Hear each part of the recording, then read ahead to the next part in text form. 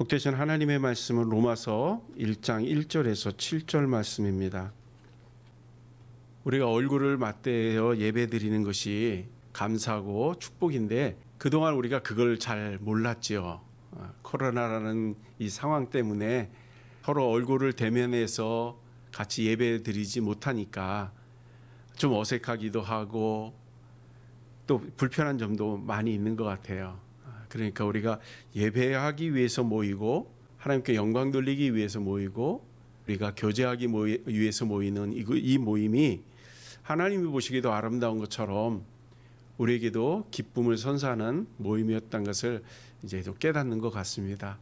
오늘도 이렇게 영상을 통해서 함께 예배를 드리고 있지만 하나님이 우리 예배 가운데 임하시고 또 저와 우리 사랑하는 성도님들에게 은혜를 베풀어 주실 줄 믿습니다. 오늘은 원래대로 한다면 요한복음을 계속 강해하며 나가야 되는데요.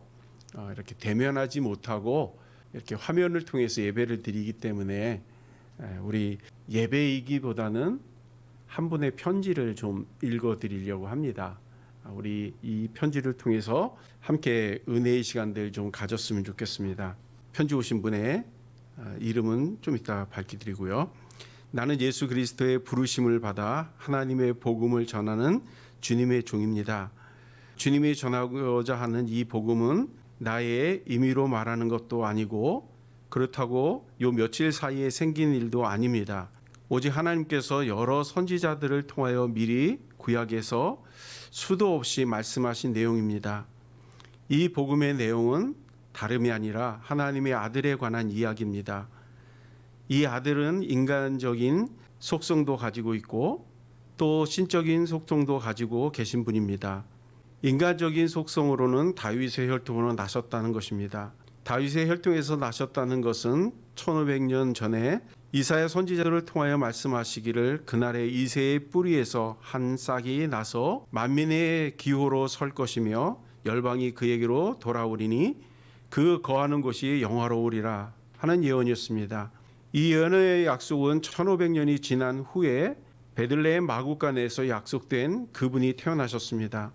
신적인 속성으로는 죽은 자 가운데서 부활하셔서 지금 하나님의 우편에 앉아 계시고 또 이 땅에 살아 계셨을 때에도 사람들과 같지 않아서 많은 능력을 보여주셨으며 물 위를 걸으시기도 하셨고 폭풍을 잠잠케 하시기도 하셨고 빵 몇 조각으로 수백 명에 먹이시기도 하고 죽은 사람도 살리시기도 하신 하나님의 아들입니다. 그분은 바로 제가 여러분들에게 전하고자 하는 예수 그리스도입니다. 나는 이 땅에 태어나 수많은 죄를 지은 죄인이었습니다. 그 모든 죄를 열거한다면 이 지면을 다 기록할 수도 없을 만큼 많은 제목을 가지고 있습니다. 따라서 나는 죄로서 죽을 수밖에 없는 시한부 인생이었습니다. 그런데 예수님께서는 어느 날 나를 찾아오셔서 말씀하시기를 왜 나를 미워하느냐? 내가 너에게 무엇을 잘못하였기에 나를 핍박하고 또 나를 사랑하는 친구들까지 미워하려느냐 하고 말씀하시면서 나에게 책명을 하셨습니다. 그리고는 나에게 또 이렇게 말씀하셨습니다. 내가 나를 미워하고 나를 핍박해도 그래도 나는 너를 사랑한다 라고 말씀하셨습니다. 처음에 이 이야기를 들었을 때에는 내가 잘못 들었다고 생각을 했습니다. 왜냐하면 제가 이런 음성을 들었을 때에는 나 혼자만 있었던 것이 아니라 수많은 사람이 함께 있었기 때문입니다. 그래서 나는 귀를 한번 후벼 파고 그래 내가 잘못 들은 거야 라고 말했습니다. 그런데 또 다시 내게 나를 미워하고 핍박해도 그래도 나는 너를 사랑한다 라는 음성이 또 들렸습니다. 나는 옆에 있는 사람에게 물었습니다. 지금 무슨 소리를 듣지 못했느냐고요. 그런데 옆에 있는 사람은 그 말을 못 들었다고 말하면서 오히려 나를 이상한 눈으로 쳐다보았습니다. 그래서 나는 마음을 먹었습니다. 또 다시 나에게 말을 걸어온다면 누구냐고 물어봐야지 하고 마음을 먹고 있었는데 또 음성이 들려오기에 용기를 내서 물었습니다. 도대체 당신은 누구십니까? 라고 하였더니 그때 그분이 나에게 말씀하시기를 나는 내가 핍박하는 예수라 하셨습니다. 나는 이 말을 들었을 때 나의 모든 삶의 패러다임이 완전히 바뀌게 되었습니다. 죽은 사람이 어떻게 살아날 수 있었으며 자기를 미워하고 핍박하는 것을 알면서도 어떻게 나를 사랑한다고 말할 수 있을까?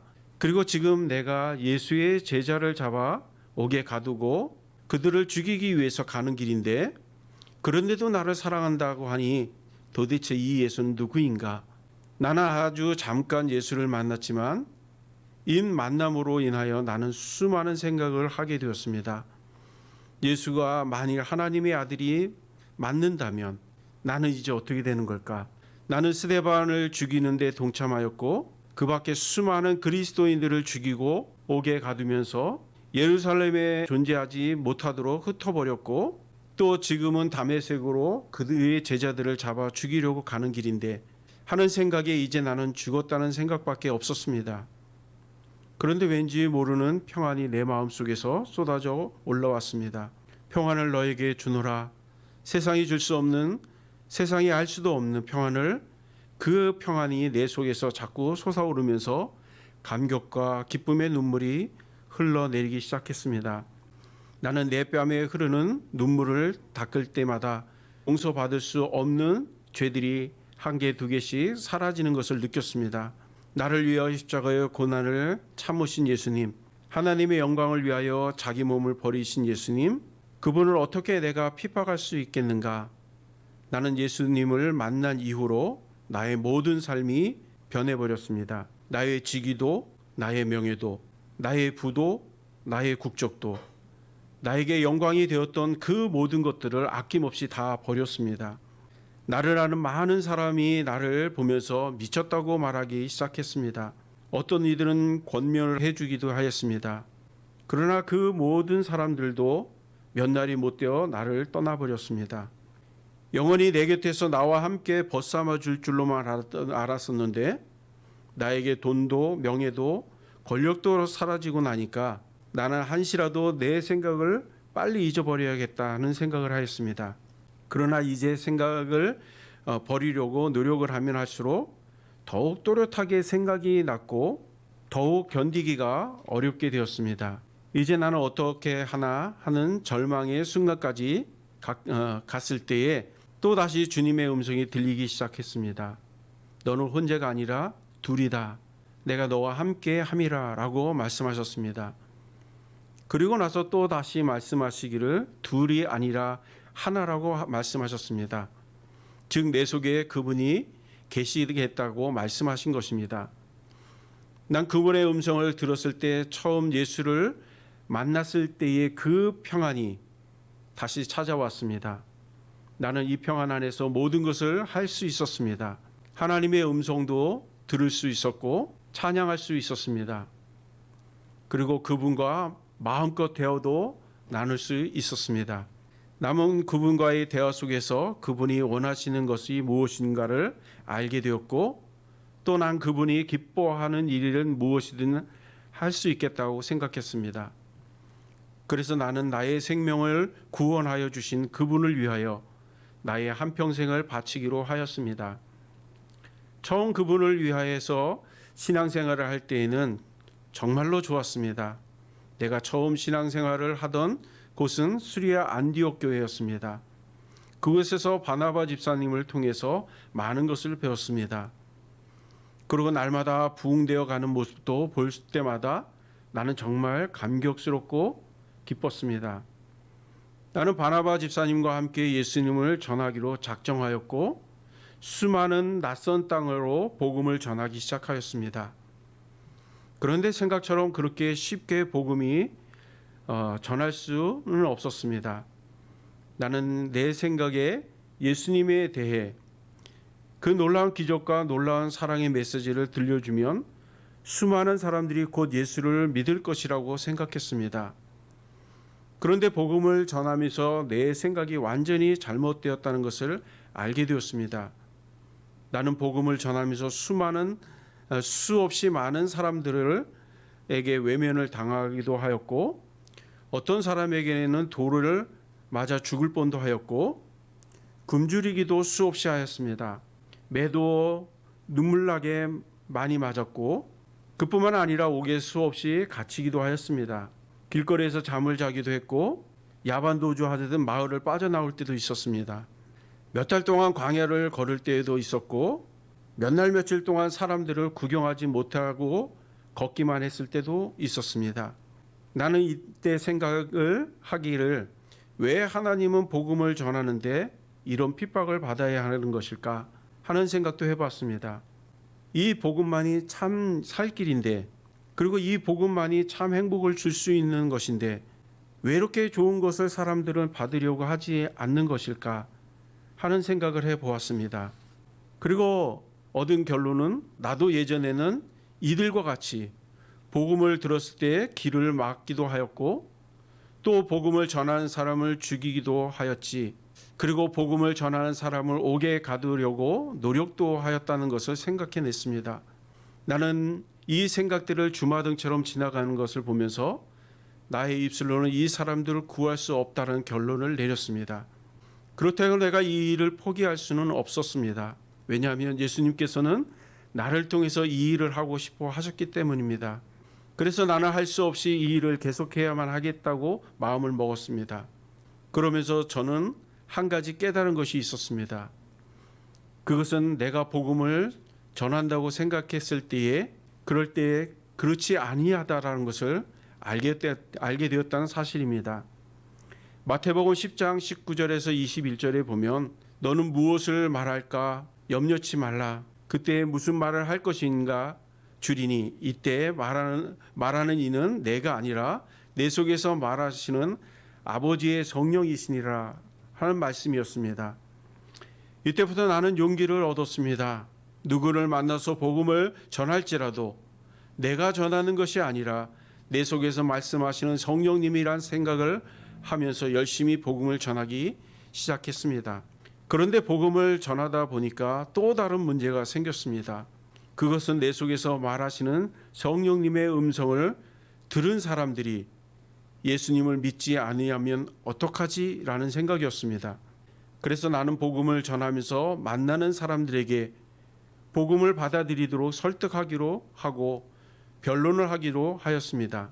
그런데 예수님께서 이런 말씀을 하셨습니다.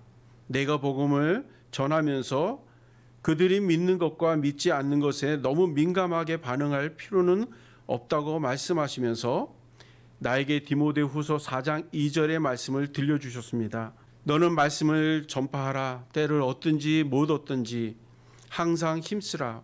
범사에 오래 참음과 가르침으로 경책하며 경계하며 권하라고 말씀하시면서 그들이 믿고 안 믿고의 문제는 주님의 권한이 있다고 말씀하셨습니다.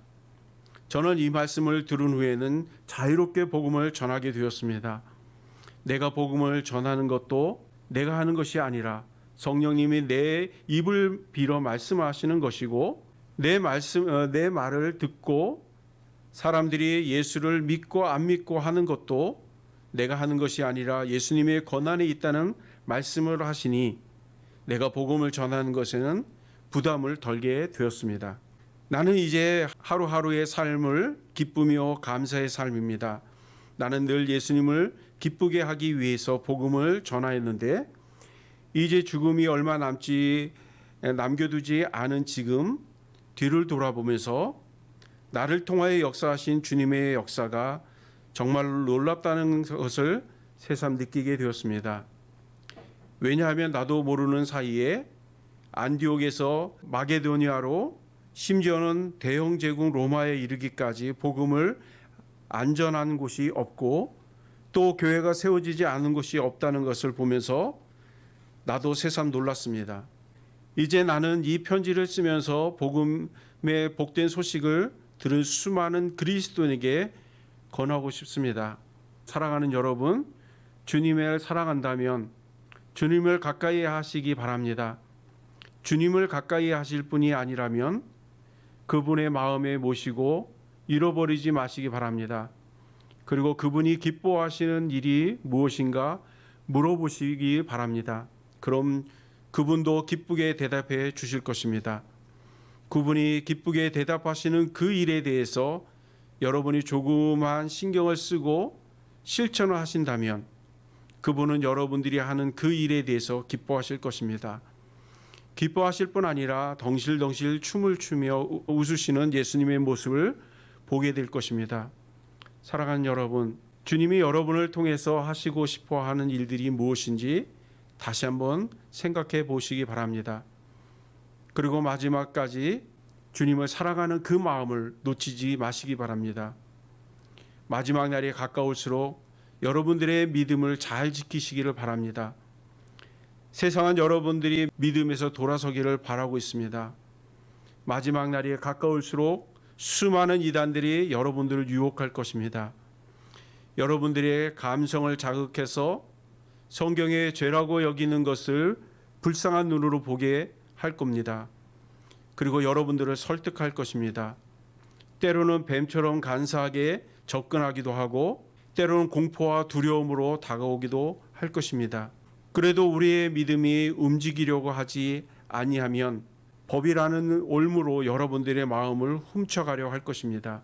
혼자의 힘으로 안 되면 집단의 힘으로 여러분들을 이용할 겁니다. 여러분들이 왕따를 시키고 외면시키면서 여러분들의 믿음에서 돌이키기도 하려 할 것입니다.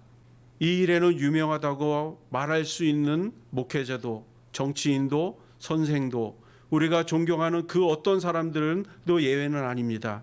이들은 분명 성경 말씀을 인용하면서 우리는 약자라고 우리를 보호해야 한다고 말할 것입니다.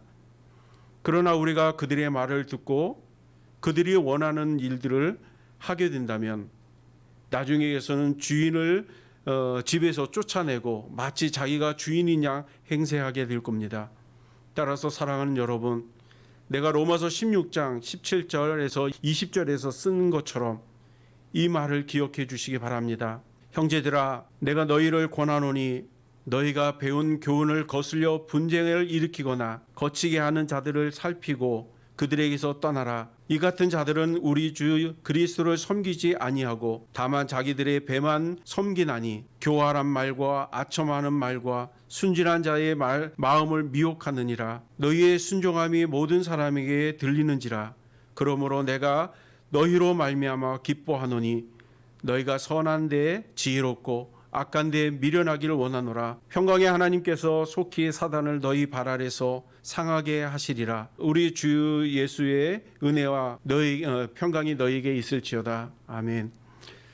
여러분, 악에 지지 말고 선으로 악을 이기시기 바랍니다. 주님이 오실 날이 그리 멀지 않습니다. 여러 가지 유혹에 넘어가지 마시기 바랍니다. 주님께서 말씀하시기를 말세가 때가 되면 내 이름으로 수많은 이단들이 올 것이고 그들이 너희를 미혹할 것이라 말씀하였습니다. 때로는 강하게, 때로는 불쌍하게, 때로는 여러 가지 아픔을 담은 것처럼 우리의 마음을, 감성을 자극할 겁니다. 그럴 때 속지 마시기 바랍니다. 그럴수록 더욱 예수의 사랑으로 그들을 품고 그들이 돌이킬 수 있도록 돕는 길을 택하시기를 바랍니다. AD 67년 로마에서 사도 바울이 살아가는 예수가 함께 성도들에게 아멘. 좀 긴 편지를 우리 교회에 보냈네요. 그렇습니다. 지금 코로나로 인해서 예배 못 드리는 것도 마찬가지고 또 요즘 무슨 코로나가 발생했다 그러면 계속 교회가 근원인 것처럼 얘기합니다. 그리고 예수 믿지 않는 사람들은 마치 그것이 사실인 것처럼 그렇게 또 퍼뜨리기도 하고 우리 예수 믿는 사람을 혐오하기도 하고 하는 일들이 오늘 사도 바울의 걱정과 염려와 같이 우리에게 오늘날 나타나고 있지 않습니까? 이럴수록 우리 예수 믿는 사람들은 더욱 믿음을 지키시는 은혜가 있기를 소망합니다. 우리가 믿음을 지키지 않으면 어떡하겠습니까? 세상 사람들이 그렇다고 해서 우리가 다 따라간다면 우리가 예수님을 사랑하는 사람이라 말할 수 있겠습니까? 우리의 믿음을 지키시는 은혜가 있기를 소망합니다. 하나님이 나를 사랑하고 내가 하나님을 사랑한다면 세상의 어떤 이야기에 현혹되는 것이 아니라 하나님이 지금 뭐라 말씀하시는가 오히려 하나님 앞에 귀 기울이고 하나님이 기뻐하시는 일을 감당하는 그런 저와 여러분이 되시길 주님의 이름으로 축복합니다. 기도하겠습니다.